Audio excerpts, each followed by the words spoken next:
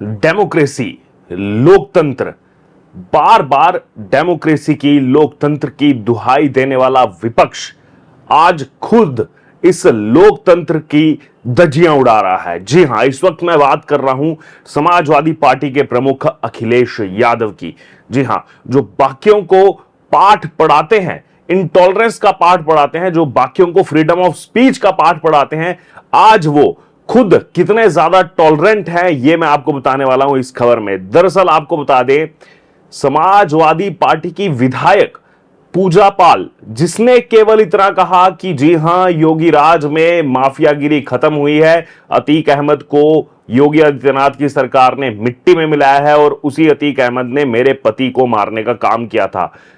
पूजा पाल ने जब यह सच्चाई उत्तर प्रदेश की विधानसभा में कही तो अखिलेश यादव बौखला उठे और ऐसे बौखलाए कि बाकियों को पाठ पढ़ाते हैं, बड़ी बड़ी दुहाई देते हैं डेमोक्रेसी की, लोकतंत्र की, बड़ी बड़ी दुहाई देते हैं फ्रीडम ऑफ स्पीच की। लेकिन पूजा पाल ने योगी आदित्यनाथ की तारीफ कैसे कर दी, ये अखिलेश यादव से पचा नहीं। जी हां, आपको बता दें, अखिलेश यादव ने तुरंत पूजा पाल को निष्कासित कर दिया, सभी पदों से हटा दिया, पार्टी से बाहर का रास्ता दिखा दिया।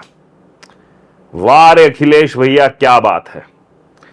बाकियों को पाठ पढ़ाते हो, बीजेपी के लिए कहते हो कि देखिए गुंडागर्दी है, बीजेपी में ये है, कोई सुनवाई नहीं है, और एक बार अपने गिरेबान में जांग करके तो देख लो। अरे वो पूजा पाल जिसके पति को अब से 20 वर्ष पूर्व, 2 दशक पूर्व अतीक अहमद, वही अतीक अहमद जिसको संरक्षण प्राप्त था तुम्हारे जैसे लोगों का, मुलायम सिंह यादव का, उन्होंने उस राजू पाल को मारने का काम किया था, मौत के घाट उतारा था राजू पाल को। उन्हीं की पत्नी है पूजा पाल। फिर भी वो इस पार्टी में आई, उन्होंने एक सिपाही बनकर के काम किया, विधायिका बनी, लेकिन अपने पति की मौत का बदला किसने लिया है, किसकी सरकार में यह हुआ, यह सच छुपाए नहीं छुप सकता। सब जानते हैं, योगी आदित्यनाथ की सरकार में ही, जो योगी आदित्यनाथ ने विधानसभा के पटल से कहा था कि इन माफियाओं को मिट्टी में मिलाने का काम करूंगा, और उस माफिया को मिट्टी में मिला दिया गया। तो आखिरकार अब आज ये सच विधानसभा के अंदर कहा गया पूजा पाल की तरफ से। बेशक आप समाजवादी पार्टी के विधायक हो सकते हैं, लेकिन गलत क्या कहा पूजा पाल ने, जो उसको पार्टी से बाहर का रास्ता दिखा दिया गया। अब वो लोग जो इन जैसे नेताओं के पीछे घूम रहे, अरे कांग्रेस पार्टी से मैं पूछना चाहता हूं, तमाम बाकी विपक्षी दल जो बड़ी दुहाई दे रहे हैं, इंटॉलरेंस की दुहाई देते हैं, बड़ी फ्रीडम ऑफ स्पीच की दुहाई देते हैं, अरे कहां चले गए वो सब सूरमा, वो इंटेलेक्चुअल्स कहां आज गायब हो गए जब पूजा पाल को पार्टी से निकाल दिया गया, समाजवादी पार्टी से। वो भी इसीलिए क्योंकि पूजा पाल के पति को जिसने मारा, वो बात पूजा पाल ने विधानसभा के अंदर दोहराई कि योगी आदित्यनाथ ने इंसाफ दिलाया, उन्होंने ही अतीक अहमद जैसे माफियाओं को मिट्टी में मिलाया। लेकिन यह बात अखिलेश यादव के सर से नागवार गुजरी और सीधे एक तुगलकी फरमान उन्होंने जारी कर दिया और निकाल दिया पूजा पाल को पार्टी से। यह है समाजवादी पार्टी, यह है समाजवादी पार्टी का वो सच जो आज पूरे देश को देखना चाहिए। यह है वो विपक्ष जो आज जिसकी सच्चाई पूरे देश को देखनी चाहिए। आरोप लगाना तो बहुत आसान है, लेकिन जो चीजें जनता के सामने हो रही है वो जनता भी भली भांति देख रही है। जनता देख रही है कि किस प्रकार से अखिलेश यादव, जब एक सच का सामना उनको करना पड़ा तो उन्होंने सीधे अपनी विधायिका को पार्टी से ही निकाल दिया। जबकि पूजा पाल ने ना तो अखिलेश यादव के बारे में कुछ कहा, ना ही उन्होंने समाजवादी पार्टी के बारे में गलत कहा। हां, जिसने पति को मरवाया है, जिस अतीक अहमद ने पति को मरवाया, और सब जानते हैं, उसके लिए केवल विधानसभा में 2 बात क्या कही, नागवार गुजर गई।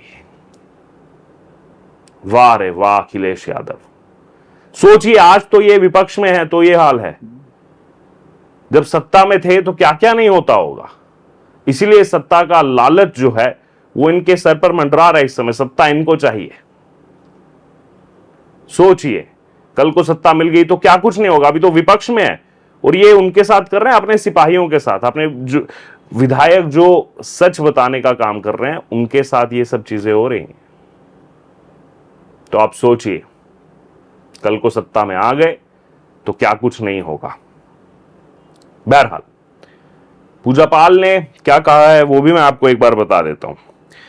दरअसल पूजा पाल ने विधानसभा के अंदर कहा कि मैंने अपना पति खोया है। शब्दता आपको बता रहा हूं क्या कहा। मैंने अपना पति खोया है, सब जानते हैं कि मेरी पति की हत्या कैसे हुई और किसने की।